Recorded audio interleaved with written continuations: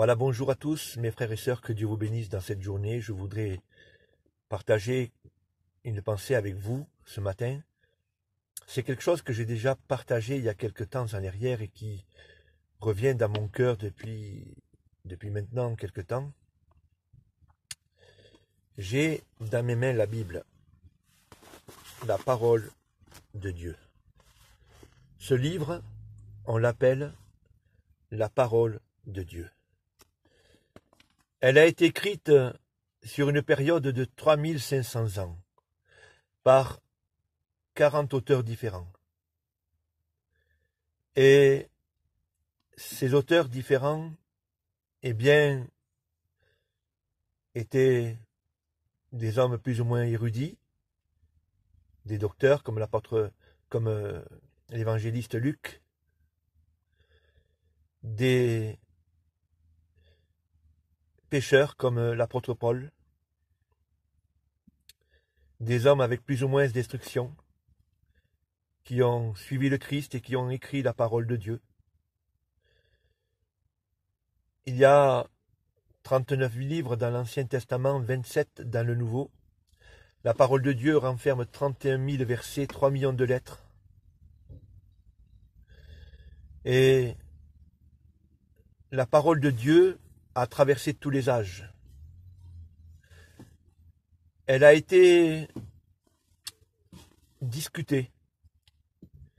Elle a voulu être anéantie. Des hommes ont voulu la détruire. Mais Dieu veille sur sa parole. La Bible nous dit que c'est inspiré par le Saint-Esprit que des hommes ont parlé. Et ces hommes qui ont été inspirés par le Saint-Esprit ont écrit la parole de Dieu. Elle a été écrite du doigt de Dieu. Et cette parole, aujourd'hui, elle est traduite en plus de 2500 langues et dialectes. La parole de Dieu, elle a été, comme je vous le disais tout à l'heure, elle a été, discutée, les gens ont voulu la détruire. Mais elle demeure la parole de Dieu, elle demeure indestructible. Dieu veille sur sa parole. Alléluia, gloire à Dieu. Pour qu'elle parvienne jusqu'à nous, des hommes ont été torturés. Bien des hommes ont été torturés. D'autres sont allés en prison, tels que le grand apôtre Paul ou l'apôtre Pierre. C'est en prison que l'apôtre Paul a écrit les 13 épîtres de la parole de Dieu. Jean a été mis en captivité sur l'île de Patmos pour écrire, le livre de l'Apocalypse. Et aujourd'hui, la parole de Dieu est parvenue jusqu'à nous. Elle est un trésor inestimable. Elle est un trésor de grand prix.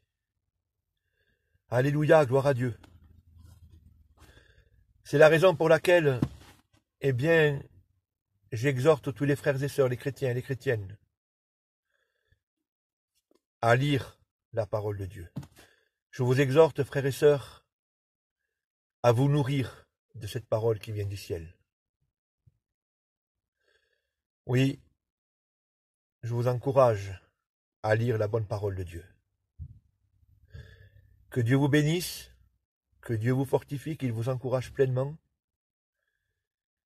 Et n'oubliez pas, frères et sœurs, je voudrais citer en conclusion de ce que je viens de vous dire, le psaume chapitre 119, verset 105.